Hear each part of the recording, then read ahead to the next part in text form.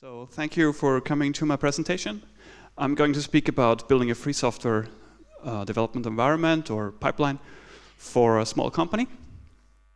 Basically, it's a sum up of what we have and what we built during the last 3 years at our company. My name is Preinstorfer. I'm a systems engineer at a small Austrian startup company, and we do laboratory testing equipment for pulp and paper industry. So basically, we build devices that we sell to customers, and those customers use it to test certain aspects of, for example, paper. So one test case would be how much water can a piece of paper absorb? That kind of devices, nothing particular fancy.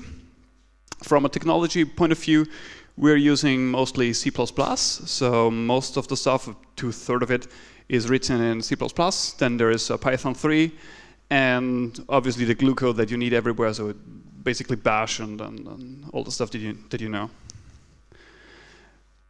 Before I want to actually talk about the pipeline, I would like to introduce some of the requirements that we had. And those are just some of them, but I think it's important to get you a feeling of what is required, at least for our use case. So one important requirement was to have offline support. Our company headquarters is located in Austria at the countryside, and that is actually nice if you look outside the window and you can see green grass and mountains, and basically that's the case. But it's not beneficial in case you want proper internet connection. So we have a slow internet connection and a rather flaky one too. So we better not rely too much on the internet. That would be good for us. Another thing that we know from the past that is quite beneficial to not depend on any single developer machine somewhere. I'm sure most of you have heard the stories or have seen it with your own eyes that some laptop, some machine in some office from some developer is actually the most important asset of a company. Because without this laptop, certain products can't be built anymore. I don't know if anyone saw things like that, but I've seen them, and they're not that great to have, so we better prepare for it. Another thing is it should be easy to use, and easy to use means we should use tools and we should provide developers tools that they are comfortable with. So if we're using Git, it would be great if the developer can interact with the pipeline and orchestrate the pipeline or most of the pipeline by just using Git. Fair enough. And another thing is it should be understandable. I think it's quite important for a build environment that users can understand it. They don't need to get all the nitty-gritty details of it, but they should take a look at it and they should say, okay, I know I built this package and it went from this machine to this machine and this machine and this happened. That would be fair enough. And also having an understandable pipeline means it is also a hackable one, so it can be easily modified and adjusted as needed. I want to give you a very minimal overview of what we have. It's far away from being complete, but it contains the most important aspects that are needed for this 20-minute talk. So I'm going to give a short introduction to all of the parts here, and then I will provide you with some use cases in order to get you a feeling of what is possible. So we want to start at the bottom left here, where we have a developer laptop. Could be anything, could be Linux machine, Windows box, Mac box, whatever. There's no certain requirement on such a machine. Basically, the developer should feel comfortable with getting his work done. So maybe an IDE, maybe Vim, maybe Emacs, and some version control system would be enough to get started. From there, we decided to pick GitLab as our repository management server or version control system, because we use Git internally a lot and we like it and we think it's here to stay. So we figured it would be great if we have something that obviously supports Git, and also allows developers to use a web interface if they want to, because some developers don't feel that savvy with a command line, and maybe some tasks are quite easy to do on such a web interface. So we figured GitLab would be a great tool here, and we're quite happy with the choice. Actually, back then when we started, it was a bit rough, but right now it feels quite good to use.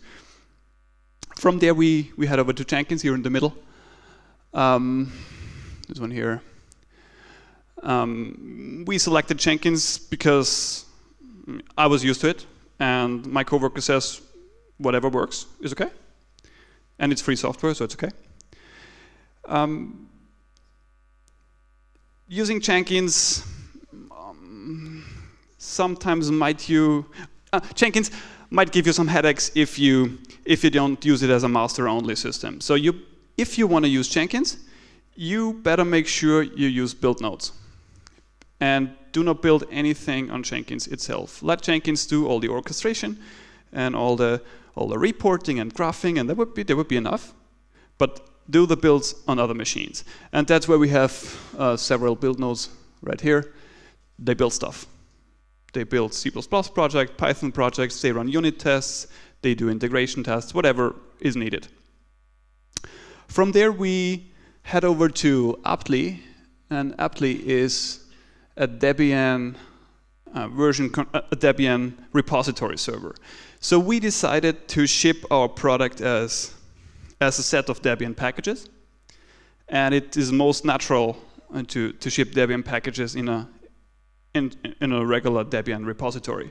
And so you need some tool to handle packages. And some of them are available, and we sticked with Aptly because we think, or in our experience, it fits our use case best.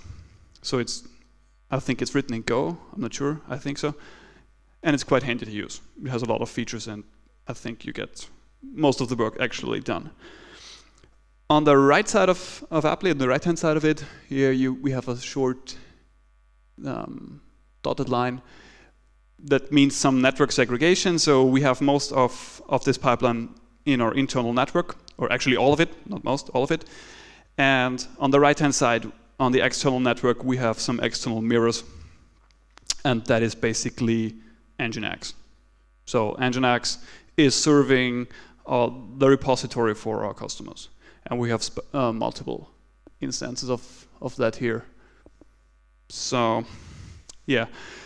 I left out some of the funny stuff, actually, and some of the useful stuff. For example, we also have a translation server. So translators can actually translate our entire software using a single web interface. We use a WebLite for that, but it's actually nice. It provides you a Twitter Bootstrap web interface. It's quite easy to use, but it's not so important for this talk. But just to give you an idea that this is really the most important components of the pipeline. So I want to get started with a use case. And this use case is to build and release a stable piece of software. So we assume that the developer here on his laptop has a single repository, and it contains a stable release of software, and it also has all the Debian package information in it.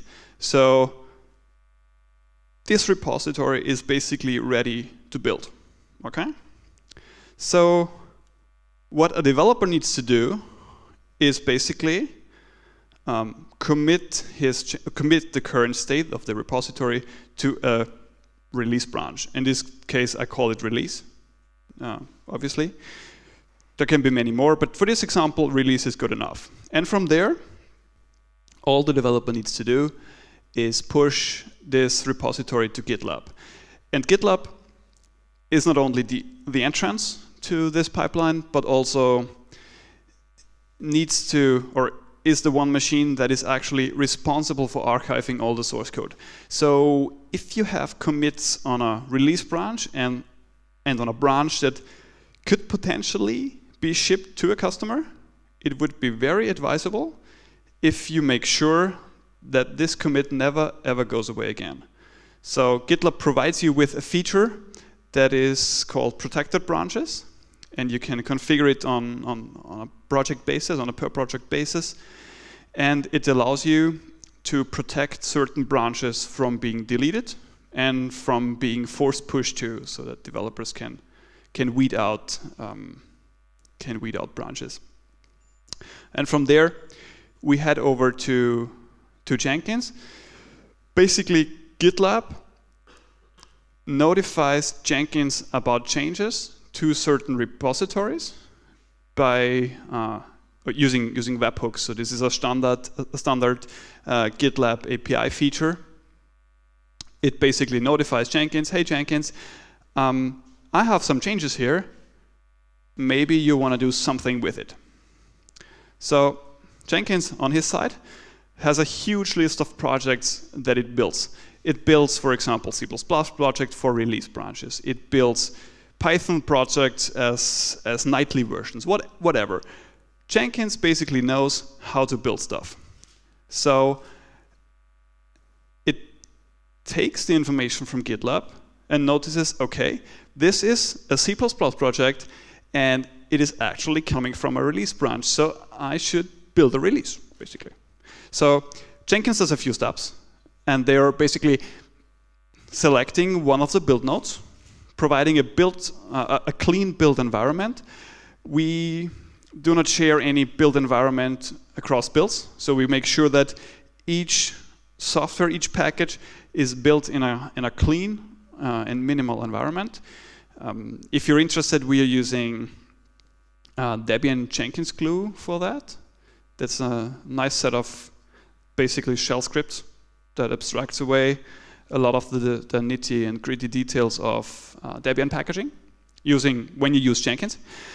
Jenkins builds the package, or builds the source, builds the binary packages, runs tests on the packages, and after the build node is done, it collects all the results, it collects the build artifacts, and it provides the user with something like graphs and reports. That's what everyone wants to have. So this is actually the place where a developer can look at the current state of his project. So you can take a look at it and say, okay, this is the 20th build of a package. Its build is clean. We have 20 unit tests, and he can quickly take a look at the state of it.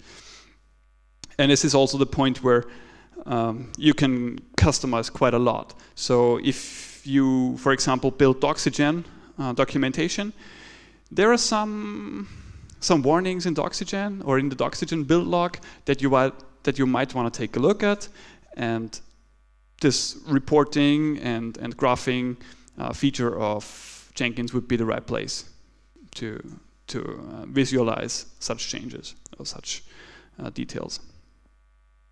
So let's assume that the build is successful, and one of the build artifacts is actually a binary Debian packages or Debian package. From there, Jenkins takes a package and throws it to apt-li. And apt-li takes a look at the incoming package and at the build information that is delivered with it, and notices, okay, this looks like a release package because it's coming from a release branch, from the original Git commit, Git release branch.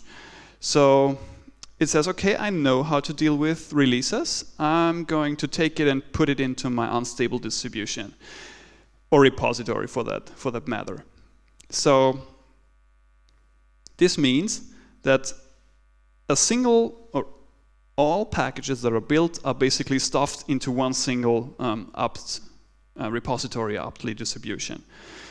We have several of those, and I want to just very quickly get over the different distributions that we have. We have, for example, an unstable, we have a testing, and we have a stable. And those serve different use cases. So the unstable one is the distribution that packages are thrown into all the time. So if a developer makes a new release of any package, it is stuffed into unstable. Now, at some point in time, you basically want to ship software to customers, otherwise you would be soon out of business. So at one point in time, a developer needs to decide, okay, this is good enough to basically get into testing. And testing means that a testing department, a QA department, can start to take a look at the current state of the repository. So the team can, for example, test whether installs from this repository work, if upgrades work, if the packages are complete, if the features are working, if all the bug fixes that are required are actually in. And yeah, from there, we require the QA team to basically start the Jenkins job and mark the testing distribution as stable. And stable means that it is mirrored to the external repositories, to the external mirrors. So once a QA member says, okay, this version of the testing repository is good enough, it can be shipped to customers, he can mark it as stable, and everything is then synced outside of the repository. So this is a complete rundown on the entire pipeline, and I want to just quickly get on with one or two other use cases as well to give you an impression of what is possible.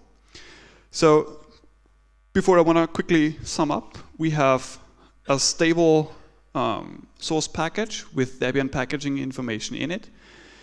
We send this package to GitLab. GitLab notifies Jenkins. Jenkins builds software. We have a binary Debian package that is present in apt-ly, and once it drips down through the pipeline through unstable testing and stable, it sooner or later will hit the customer at some point. And usually when that happens, a customer will report bugs. Hopefully he does. In our case, they do. So let's go on with another example, and let's assume, okay, such customer reports a bug, and let's assume that, okay, a man page is missing from a Debian package. Those bugs usually don't get reported, but let's assume for this example that it is. So the developer is tasked with, okay, please add the man page to this package.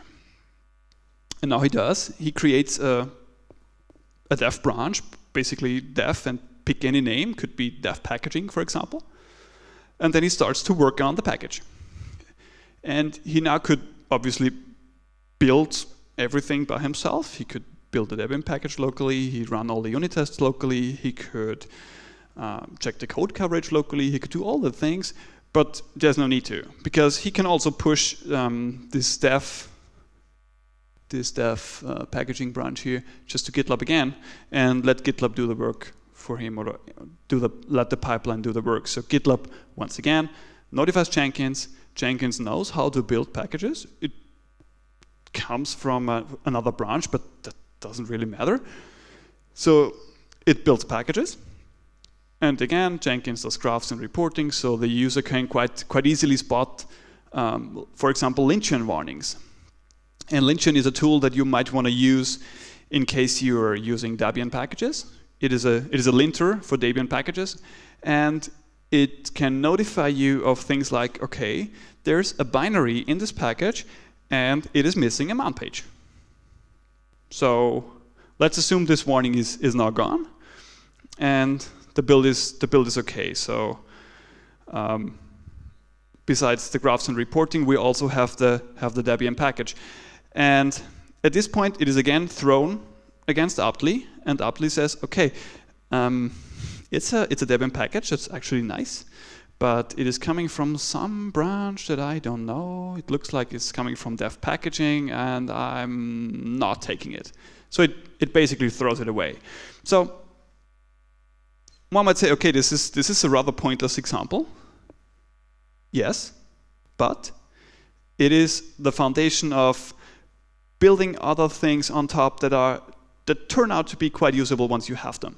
For example, using this, this pipeline and using the single point aptly to decide whether or not packages should hit the repository allows you to do things like, okay, we can do nightly rebuilds of all Debian packages at any time. They never will hit any repository, but we can spot things like changing APIs or gone packages or breakage of package with such cases. Another interesting fact is, and I want to just very quickly jump on that because I'm already over time, but just to give you an impression, it also allows you to provide use cases such as, why not create a special distribution on the Apply server that is called dev packaging, and if we hit such a, and if a repository, if a package hits such a repository, it could go to dev packaging in this example. So it does not go to unstable, it does go to dev packaging, and from there we have a regular Debian repository. So it can be used internally by QA department, it can be used by developers itself. And this allows us, for example, to do big refactorings without breaking unstable for 2 months or 3 months. Because a developer can pick any source package that he wants or any repository that he wants, hack on it, and push the commit not to a release branch, but to a known development branch. And all the packages that fall out of this known development branch hit this very repository and never ever go to customers. But that would allow us some great internal testing. And once the refactoring is done, the work can just simply be merged to release branches, and you have the first use case again. So obviously, my time is over right now. I want to just very quickly go over several lessons that we've learned. Maybe they're useful to you.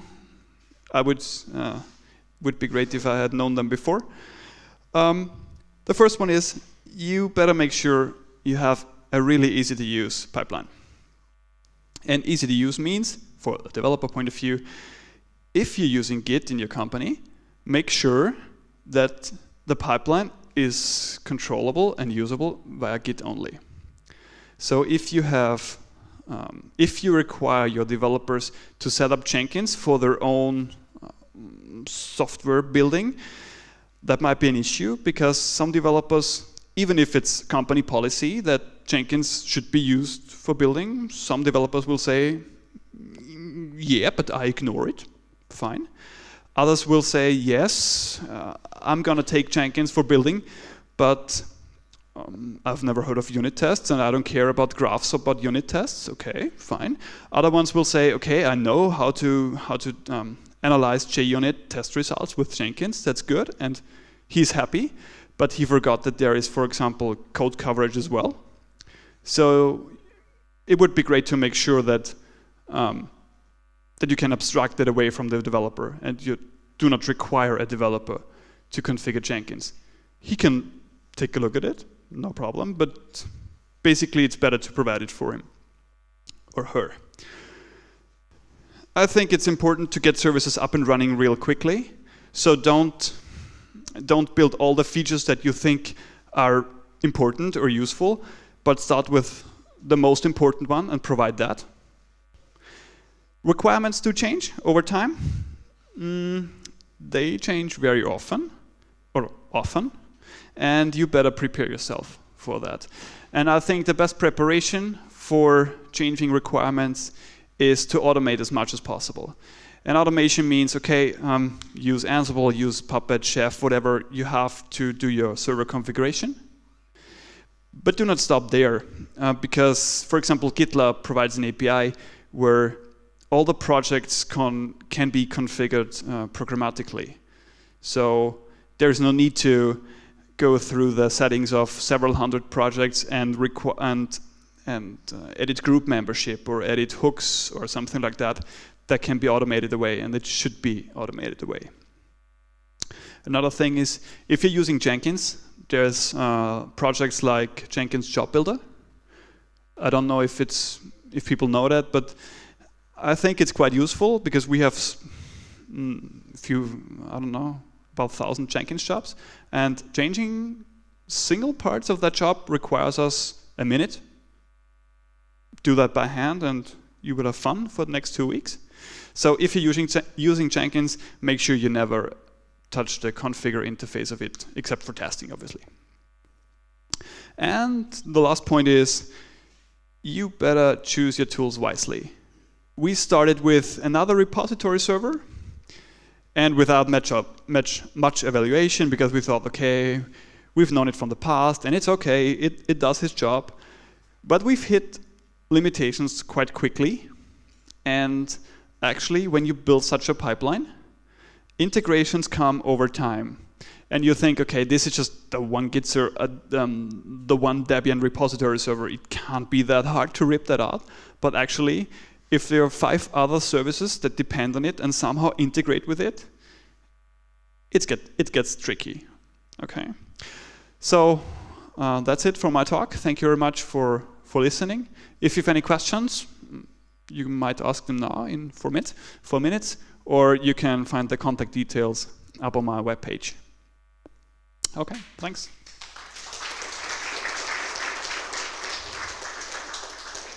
Yes, please.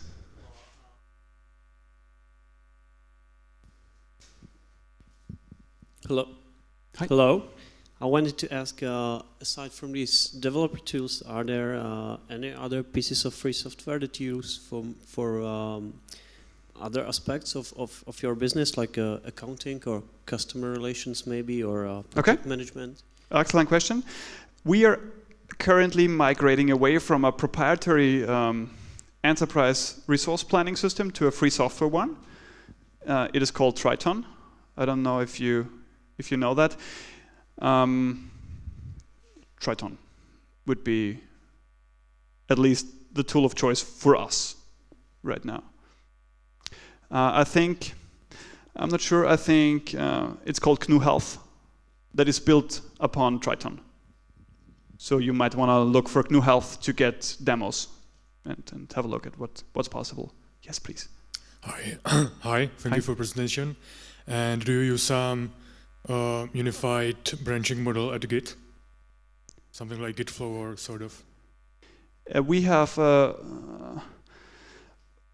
do have a branching model, yes, and it is based on release names internally. So it is the one that I presented here is actually quite a minified one. We have I don't know, it's a bit hard to explain.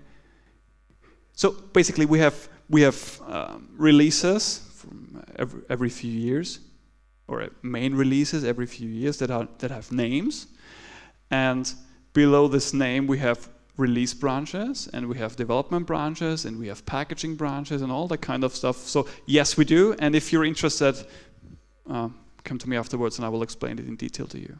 Yep. You're welcome. Yes, please. Yeah. How do you deal with, like, if you have a really old feature brand, like 2 or 3 weeks old?